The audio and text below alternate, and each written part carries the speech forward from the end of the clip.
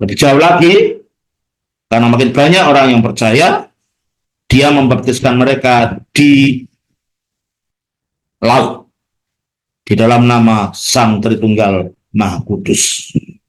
Pada saat itu, di tepi pantai di luar kota, ada banyak orang yang sakit kusta, yang membuat tempat tinggal mereka di atas pasir. Ketika mereka mendengarkan Rasul Andreas datang, mereka percaya dan mereka disembuhkan dari penyakit mereka. Salah satu dari mereka namanya adalah Ayub, yang dibaptiskan langsung dan akan mengikuti Rasul Andreas kemana saja dia pergi, dengan keras memberitakan kuasa daripada Allah melalui Rasul Andreas dan akan iman Kristen. Meskipun dia adalah hanya seorang yang baru disembuhkan, tapi dia menjadi sebagai pemberita Injil.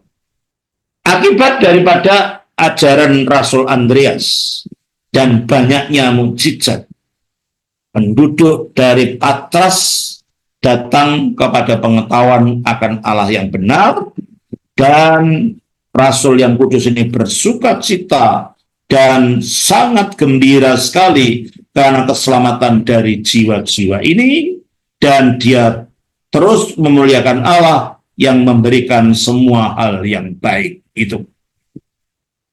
Orang-orang Kristen sendiri yang akhirnya menghancurkan kuil-kuil berhala mereka dan menghancurkan patung-patung daripada berhala itu. Bahkan di antara mereka yang mengumpulkan harta benda dan diletakkan benda mereka dan diletakkan di bawah kaki Rasul Andreas. Tetapi Rasul Kristus itu menolak pemberian mereka itu, tetapi memerintahkan agar mereka memberikannya itu kepada orang-orang miskin. Dan dia memerintahkan mereka yang telah mengumpulkan dana yang begitu banyak untuk diberikan Rasul itu, akhirnya diberikan kepada orang miskin dan para pengemis. Tetapi sebagian ada yang karena rasa serakah mereka ragu-ragu untuk memberikan kepada orang-orang miskin itu. Namun semuanya segera bergegas-gegas mendengarkan pengajaran dari Rasul itu dan menyatakan Kristus sebagai satu-satunya juru selamat yang menyelamatkan, yang datang dari surga dan menjadi daging melalui Sang Theotokos suci dan Sang Perawan Maria bagi keselamatan manusia. Tidak lama kemudian Gubernur Aegetas yang disebutkan tadi pergi ke Roma untuk menghadap Kaisar untuk menyerahkan suatu laporan akan tugas-tugasnya dan untuk menerima perintah-perintah selanjutnya. Sekarang Stratokles, saudaranya, adalah orang yang penuh dengan hikmah, dan dia adalah seorang ahli matematika di Athena. Di dalam ketidakhadiran Aegetas, dia melakukan perjalanan ke Patras untuk melakukan tugas-tugas abangnya itu. Pergi bersama dengan dia ada seorang hamba yang sangat dikasihi oleh gubernur tadi, seorang yang amat tulus dan dapat dipercaya. Tapi pada saat itu hamba itu menderita suatu serangan sakit ayan karena kerasukan roh jahat.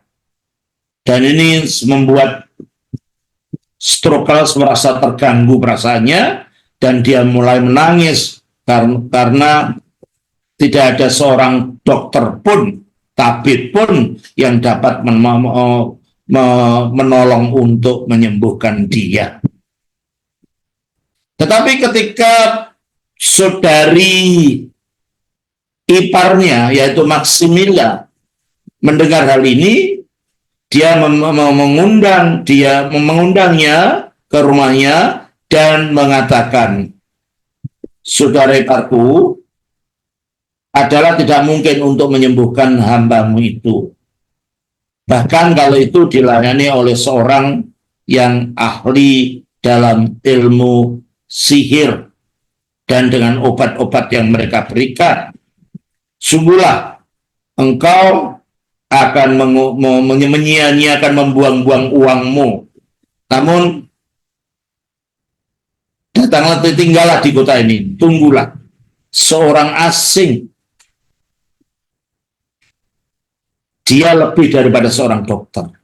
Dia dapat menyembuhkan, namanya Andreas, yang akan menyembuhkan setiap penyakit, dan dia tidak meminta bayaran apapun. Kalau engkau pergi kepadanya, saya yakin dan bahwa dia akan menyembuhkan hambamu dari penyakit yang sangat menyesatkan ini.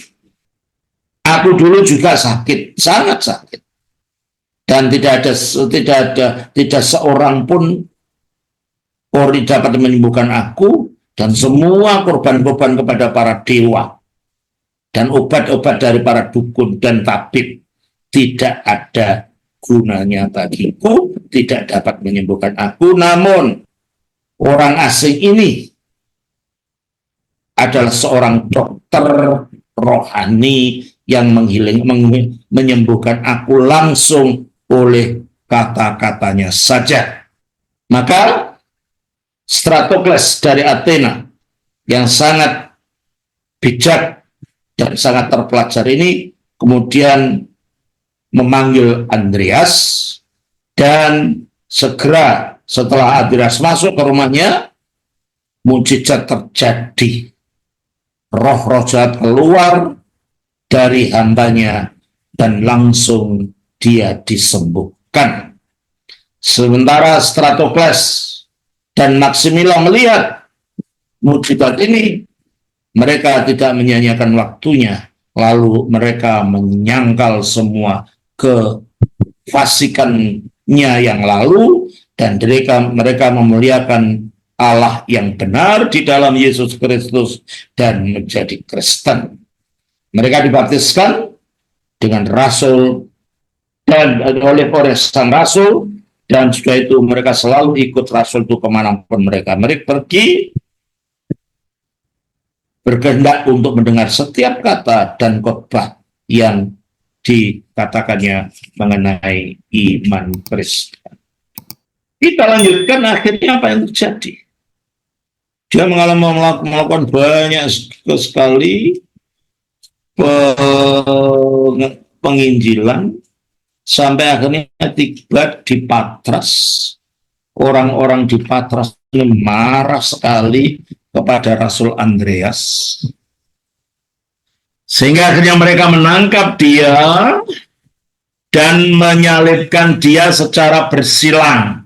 Jadi bukan salib seperti ini, tapi salib seperti bersilang.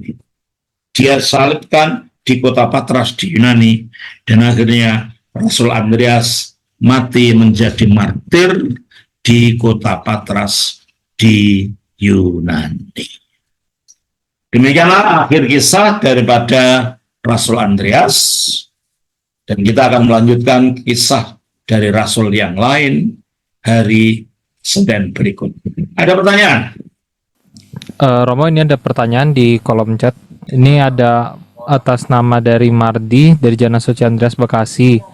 Izin bertanya, Episkop Romo Daniel, Yakobus saudara Yesus, apakah maksudnya saudara dari keturunan Yusuf dan Salome? Yusuf yang kemudian bertunangan dengan Bunda Maria. Sebagian tradisi mengatakan itu.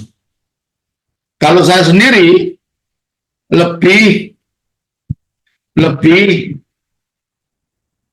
melihat kepada data Alkitab.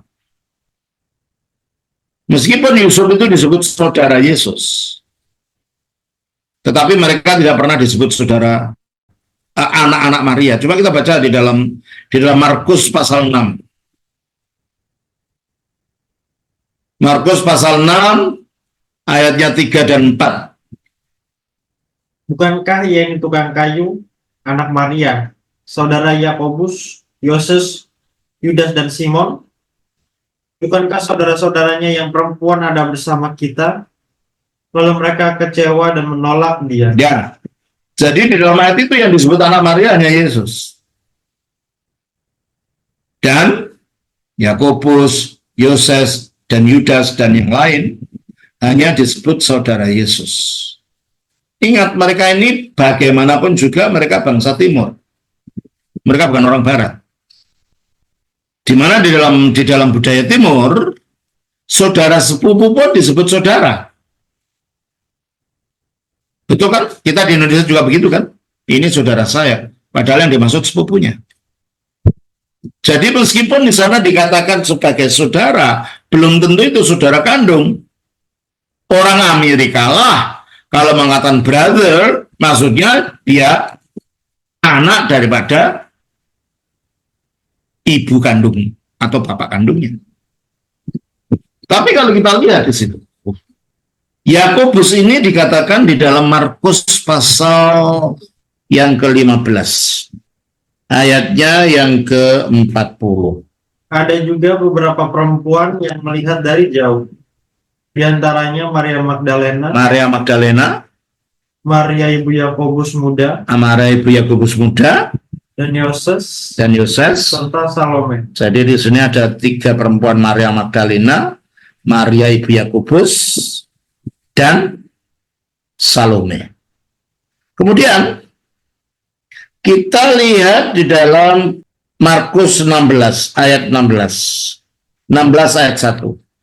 Setelah lewat hari Sabat, Maria Magdalena dan Maria ibu Yakobus serta Salome memberi rempah-rempah untuk... Sudah lihat 3 orang ini yang selalu berada di sekitar peristiwa di mana Yesus mati. Oke? Tapi kalau kita lihat di dalam Yohanes pasal yang ke-19 ayat 25, dan dekat salib Yesus berdiri ibunya yang tidak disebutkan di Injil yang lain. Berarti Maria juga ada di situ. Terus? Dan saudara ibunya namanya Maria. Nah, itu disebutkan sebagai ibu Yakobus di Injil Markus. Tapi di sini disebut sebagai saudara dari Maria. Kita tidak tahu saudara macam apa, dalam hubungan apa. Tapi masih merupakan keluarga dari Maria. Terus siapa lagi? Dan Maria Magdalena. Jadi kalau saya melihat data Alkitab ini, lebih mungkin bahwa Yakobus itu adalah anak bibinya Yesus yang juga bernama Maria. Makanya mereka disebut sebagai saudara-saudara Yesus, yaitu saudara sepupu, tapi tak pernah mereka disebut sebagai anak Maria. Tapi ya, ini masalahnya adalah saudara boleh percaya, boleh tidak. Karena ini tidak mempengaruhi yang pokok, yaitu keselamatan. Ini hanya fakta sejarah. Begitu ya. Baik, selanjutnya apa pertanyaan? Ini mungkin Romo, nanti mohon dijelaskan tentang kebodohan rohani pada orang yang beragama. Mohon maaf jika pertanyaannya menyimpang. Ya, karena begini ya, orang yang tidak percaya Kristus itu tidak mendapat pencerahan. Dan dikatakan bahwa di dalam hati orang yang tidak percaya itu ada semacam selubung yang menutupi hati mereka. Coba kita baca di dalam 2 Korintus pasal 4 ayat 13. Pasal 3 ayat 14 keliru. Tetapi pikiran mereka telah menjadi tumpul, sebab sampai pada hari ini selubung itu masih tetap menyelubungi mereka. Nah, selubung itu masih tetap menyelubungi mereka.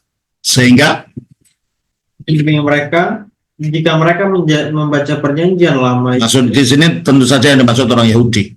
Tapi untuk semua orang itu berlaku. Ada selubung batin yang membuat mereka tidak bisa mengerti kebenaran. Ditambah lagi, satu ayat lagi, 2 Korintus pasal 4 ayat 11. 4 ayat 4, maaf keliru saya. Yaitu orang-orang yang tidak percaya, yang pikirannya telah dibutakan oleh ilah zaman ini, sehingga mereka tidak melihat cahaya Injil tentang kemuliaan Kristus yang adalah Iyalah, jadi mereka telah dibutakan oleh ilah zaman ini, maksudnya iblis, sehingga mereka tidak dapat melihat kebenaran Kristus. Dan itulah mengapa orang percaya itu, orang yang ini menjadi bodoh, tidak mengerti tentang kebenaran itu karena pikirannya dibutakan ini. Jelas ya? Oke deh, terima kasih saudara-saudara sekalian. Tuhan memberkati. Terima kasih, Shalom. Romo. Shalom. Terima kasih Romo.